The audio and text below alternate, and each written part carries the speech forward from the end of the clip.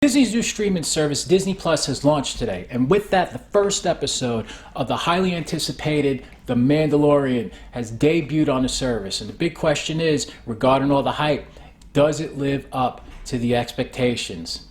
You bet your damn ass it does.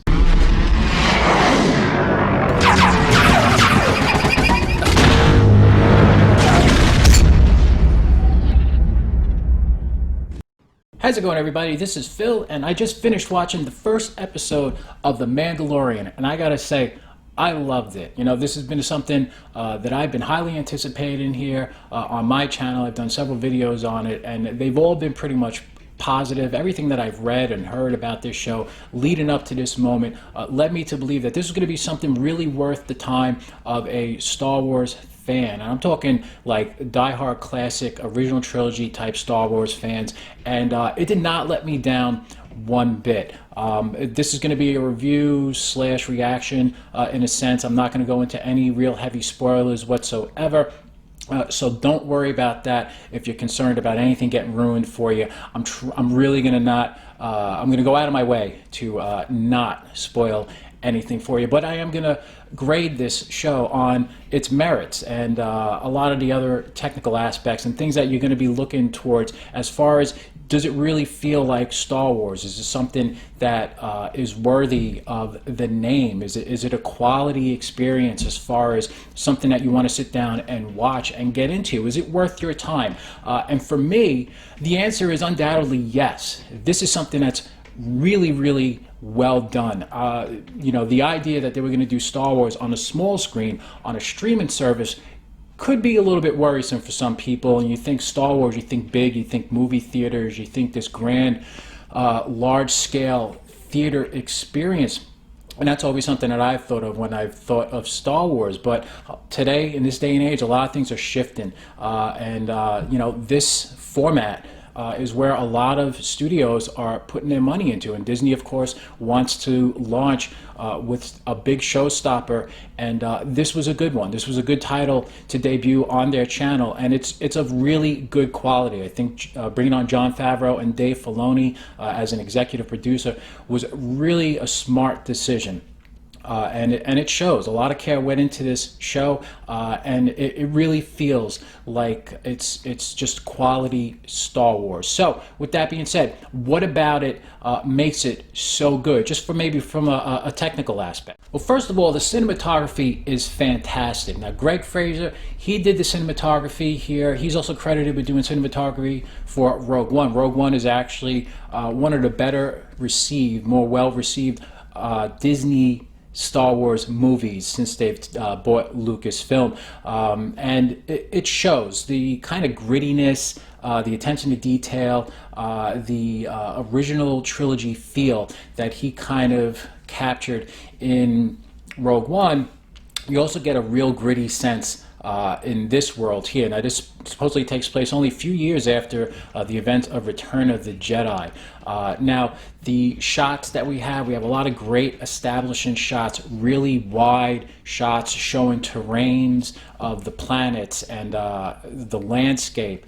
We get a lot of nice shots where the Mandalorian ship, the Razor Crest, has landed, and it's just really beautiful imagery that's put on the screen for you to feast your eyes on. I mean, it really is nice to see. A lot of the things where it's interior shots, they're very well lit. And by well lit, I don't mean that it's really bright. I mean that the lighting, it conveys a certain mood. When they're in a cantina scene, you know, it's kind of dark, and there's enough light there where it's, you know, it kind of feels like it's a little bit of a darker place. You know, you're dealing with a lot of people who are into crime, and you know, it's the underbelly of the galaxy and that society.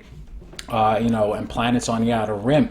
So, you know, these places aren't necessarily well lit in that way. And I mean, there are some scenes actually, when you look at it, where it's shot from certain angles where you can actually, for a moment, swear that this was a scene from the original trilogy. It's really nice, the way that they've fogged the set and they've lit it, and they choose certain camera angles. It really shows off the practical sets and the costuming is really well. As far as the costuming is concerned, the costuming does not feel out of place. It feels like it belongs in this universe. There's no weird kind of funky Admiral Holdo dresses, you know, like that showed up in The Last Jedi, or anything that has to do with Canto Bight.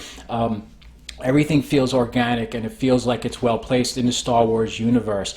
As far as the tone of the show, this is a pretty serious and gritty show for the most part. There are some light moments, and you know, you will get levity in it, and Star Wars has always had that. But for the most part, as far as the tone of the show, it's very gritty. They're going for a serious tone to it. Obviously, it's on Disney, so it's not going to get too over the top as far as violence is concerned, but there's levity at certain moments, but they're going for a very serious tone for the most part. At least that was the case in episode 1. The parts where there are humor, it doesn't feel forced. There's no your mama jokes. There's no you know, I'm waiting for Hux types of bad jokes that feel like they're taken from our modern day. The jokes that are in this show, they feel like Star Wars jokes in that it's a character reacting to a specific moment with some kind of a quick line or a quip. It doesn't feel like it's just, you know, it's like Finn's running around in a Bacta tank suit, squirting water like he got shot with a whole bunch of bullet holes, and then took a drink of water and he's squirting all over the place like a Tom and Jerry cartoon. There's nothing like that in this show. So it takes itself serious, and serious enough, as serious as it could be, you know, for given the subject matter. As far as the action is really good. The choreography is well done, and it's spread out throughout the whole entire episode. So it keeps you engaged. You're waiting for the next moment, and it doesn't feel small.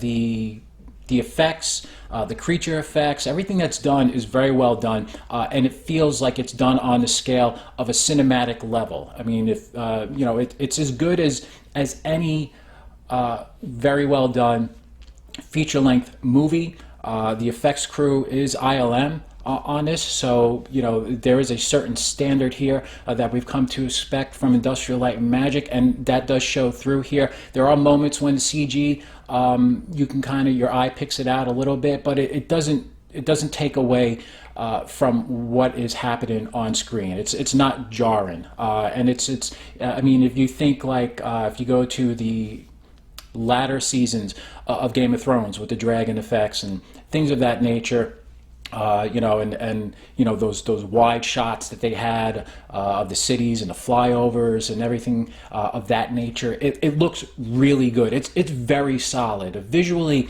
It's really well done, and it's not anything that you know, you might be aware of it in the beginning because you're just looking to pick at it or try to see how well they did. But after you settle into the visual style and the tone of the show, you're just going to go along for the ride, and it's not going to be distracting. So they did a really, really good job on that. And again, the action, it's spread out, and it doesn't, you never fall into a moment where there's too much of a lull. The show is very well paced. It was only 38 minutes long, if I'm not mistaken, 38 to 40 minutes long. So the first episode, it's a quick, easy watch, and you can go back and watch it again right away because of that, and then just maybe absorb a little bit more of the show and pick up on things you might have missed the first time through. I know I went back and I just watched kind of key moments here and there just to see if, like, oh, did I miss something there, or what did he say here? And it's very easy though to go back and watch a second time, a third time. And it's worth it because it was a really good experience as far as I'm concerned.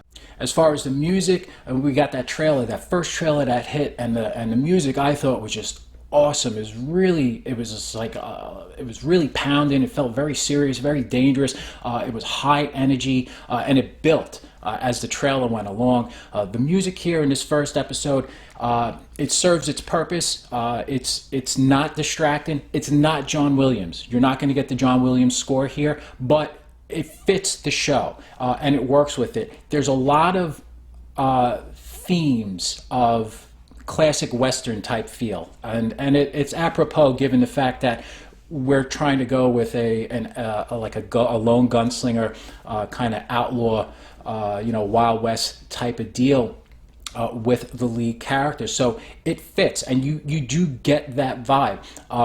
There's even moments where, at least for me, certain musical melodies in the show, in the third act of this episode, actually for me felt like some of the music from the Conan, the Barbarian movies with Arnold Schwarzenegger. So that to me was pretty cool, and Nick Nolte's character actually reminded me a little bit of the Wizard from the Conan movies. So, with that said, I mean, let's get into some of the acting here. Pretty much everybody gives a solid performance.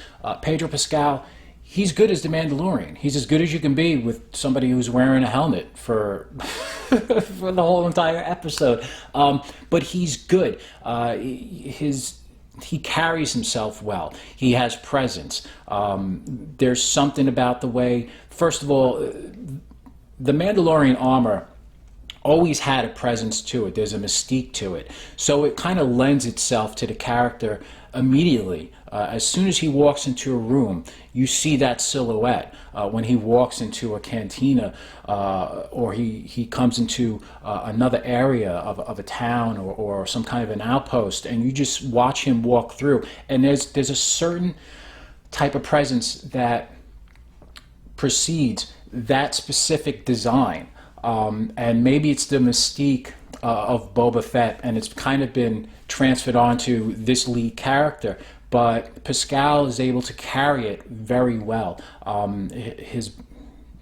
of his body movements, they're purposeful. There's no wasted movement in anything that this character does. As far as the dialogue that he delivers, it's well done. It's something that you would expect mostly from Boba Fett if this was an actual Boba Fett show, which, in a sense it kind of is, but it's not.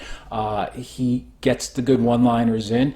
He's very confident. He's very certain of his skill set. And he's our anti-hero. We're rooting for him. So we like the fact that we're rooting for somebody that has this level of confidence and this level of skill, and he knows what he's capable of. There's something about that. There's a power there, that he's able to walk into any place and somehow figure out a way, before something even happens, how he's going to get out of it if it does.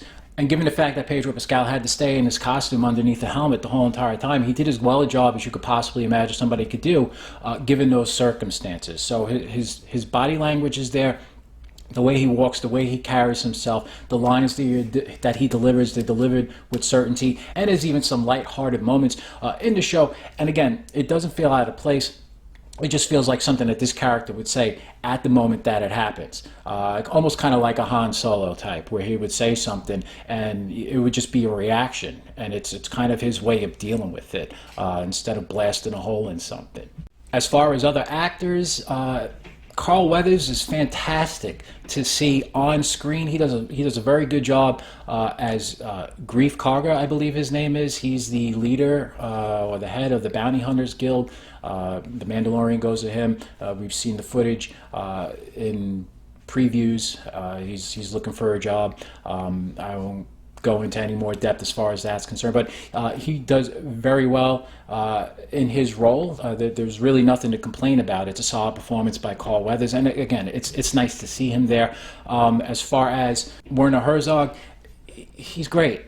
He does a great job. He's the client, and listen, the guy, another actor with presence, and it elevates the show. You bring in these great actors, these people with a certain pedigree, that give the show more credibility.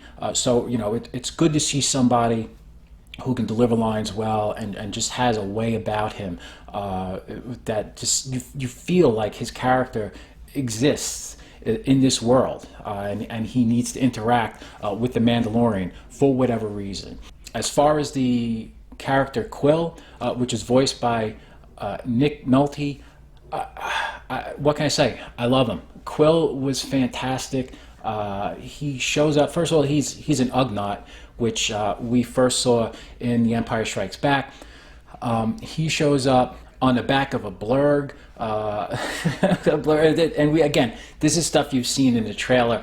The blurg is a creature that we actually saw for the first time on the Ewok made for television specials, like way back in the 80s. I believe I don't remember them in the first Ewok movie, Caravan of Courage, but they were in the Battle for Endor. And I believe Teak, the little guy who ran really quick at the end, he lights one of their feet on fire, and they kind of rampage through the villains' camp during the final battle sequence. But here we are again.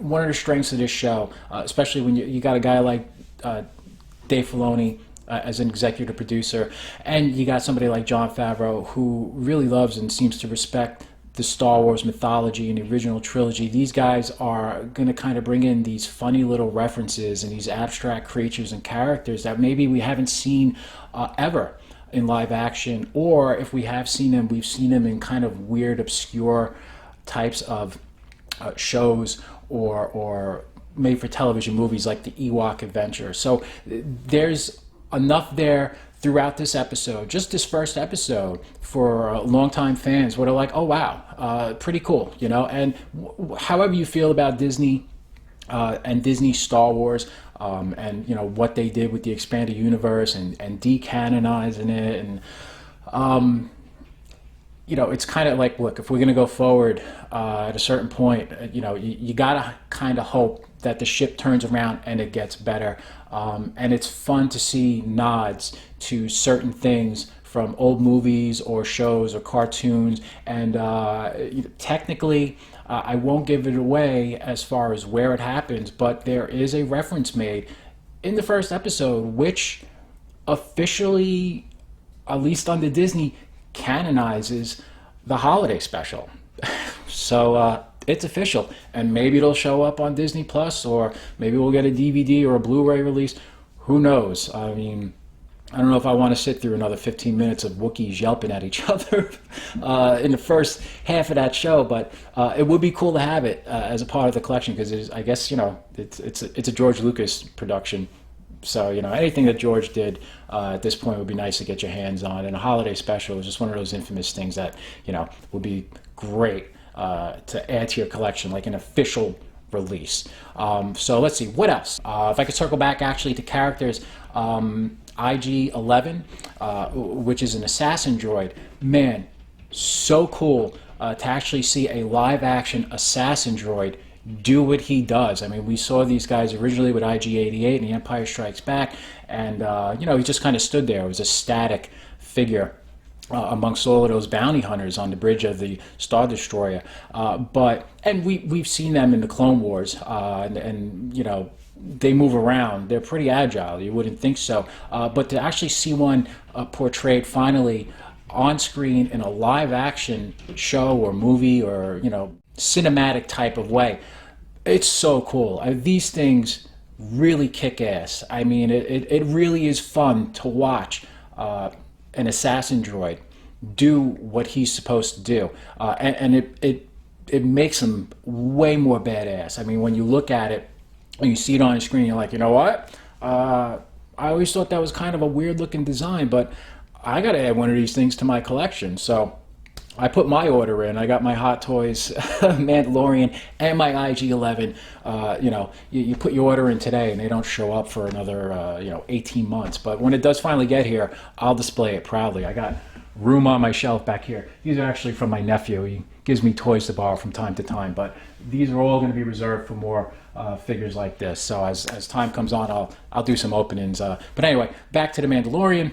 The effects are really good. The creature effects are really good. There's moments where you look at it and you're like, okay, that obviously is CG. But then there's other moments, especially when the camera gets really tight, where it almost looks like it could be an animatronic. I don't know how far they went as far as building physical props is concerned. It's with the creature effects. As far as the makeup is concerned and the characters, they all look great. I mean, you have Trandoshan's and Weequays and Klatooinians and Ugnaughts, and I mean, everything that you've seen, you know, all of the skiff guards those types of creatures from on Jabba the Hutt's sail barge. All of those creatures are here and they're on screen and they look as good as they've ever looked. And even other creatures that you might not even recognize before from other movies. I mean, everything just looks right and it feels right and it looks like Star Wars, and it's done very well. This is a very high quality, very well produced show, and it's great. It does not feel mired, at least not so far, with the first episode, in any type of agenda or politics or anything that's kind of going to turn you off. I mean, at least give the first episode a watch, see how you feel. The way it ends, it kind of leaves you with well, what the hell's going on with this? And of course, I'm not going to give you the ending, but I was kind of like, okay, what is that? So it's good. It really is. I would say if you're on the fence and you're looking into, the idea of, well, do I want to get into this show? I would say give it a shot. I mean, it's look, they even have the screen wipes, right? The swipes, they weren't there in The Last Jedi. They're back here. When they transition from one scene to the next, you get those classic Star Wars, screen wipes.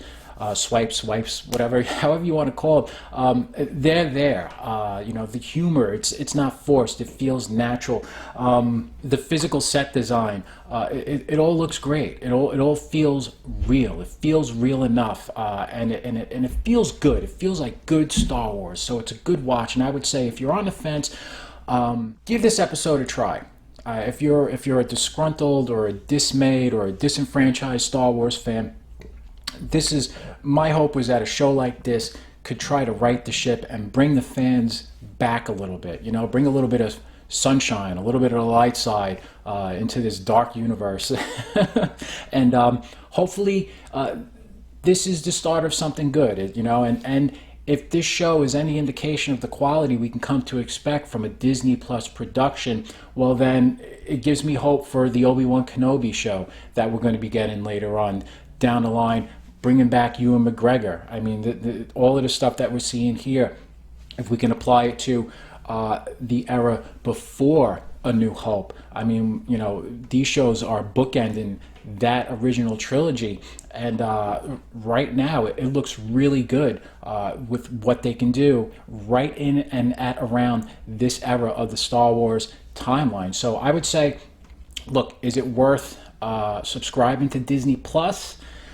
No, not one show is going to be worth that. And I would say if you watch the show and you really like it and you can't wait and you want to watch it on the up and up, then you're going to have to subscribe and watch it every week. I would say, other than that, if you're here, you probably already are interacting online and in social media and everything like that. You're not going to be able to avoid this stuff on your Twitter feed and your Facebook timeline and your YouTube homepage. You're just going to see stuff left and right. So if you want to stay on top of things, maybe you want to consider subscribing to Disney Plus, or maybe you could find out or figure out another way to possibly watch the show. I don't know. I leave that up to you. But the show itself is worth watching if you're a Star Wars fan. If you're an original trilogy fan, hell yeah, watch the show. If you're a prequel trilogy fan, yeah, I think you will like it a lot. I don't see why you wouldn't. It kind of feels a little bit like it's got a little bit of the slick polish of the prequels, even though it's set up in a more gritty type of style. So I think there's enough there, and especially if you've watched the Clone Wars series, I think this has a little bit of the Clone Wars feel to it as far as the action is concerned. So original trilogy, prequel trilogy, we already know everybody who loves the sequel trilogy. They're going to watch anything. So in that case, this show is meant for pretty much everybody, and hopefully the fans that have been disappointed will maybe watch this and just feel good about Star Wars for a little bit, or at least for 38 minutes you can sit down and watch something and be like, you know what, Jon Favreau did a good show. This job gives me a little bit of hope that maybe we can get some stuff that's produced that feels really good, that feels like the original Star Wars, and it's something I can tune into every week and look forward to seeing and watching the story unfold and seeing where it goes. So Anyway, guys, that's how I feel about The Mandalorian. Did you watch it? Did you subscribe to Disney Plus exclusively to watch it? I say if you're considering subscribing to Disney Plus, or you just want to watch The Mandalorian and you want to do it the legal way, go ahead and do their 7-day trial and then cancel after the 7 days. As a matter of fact, why don't you wait a week if you could avoid the spoilers, and then subscribe, and then you can at least watch 2 episodes, and then you can get that kind of knocked out of the way, and then see how you feel about it, and then, you know, I don't know, subscribe and watch it every week, and then bail out when the show ends, and then come back to it later on when something else comes back on that you like. But I love the show. I think it's a fantastic step in the right direction. I think Jon Favreau has done a great job. Dave Filoni did the first episode. He directed it. I think he did a great job. I'm looking forward to the next episode. I want to see where this story goes. They left it on a good enough cliffhanger to where I find it very interesting, and I'm like, what is this? What are we doing here? Where is this going? So it's a pretty cool watch, and I think a lot of you guys out there who are Star Wars fans, no matter what side of the fence you fall on, I think you're really going to like it. Anyway, let me know. Have you seen it? Are you a subscriber to Disney Plus? Do you intend to watch it? Are you looking forward to it if you haven't seen it? Are you really excited about it? If you did see it, are you really looking forward to the next episode? How did you like it? Was it well received? Let me know in the comment section down below. And, you know, I haven't been around for a while making some videos, but, you know, if something was going to bring me out, it was going to be the first episode of The Mandalorian. So I'm looking forward to reconnecting with some of my friends here on my channel. It's been a while, and it's going to be exciting to see what everybody has to say. So I will hopefully talk to you guys sometime soon. Thanks for watching as always, and be happy, be safe, be healthy. Have a great night, guys. Bye-bye.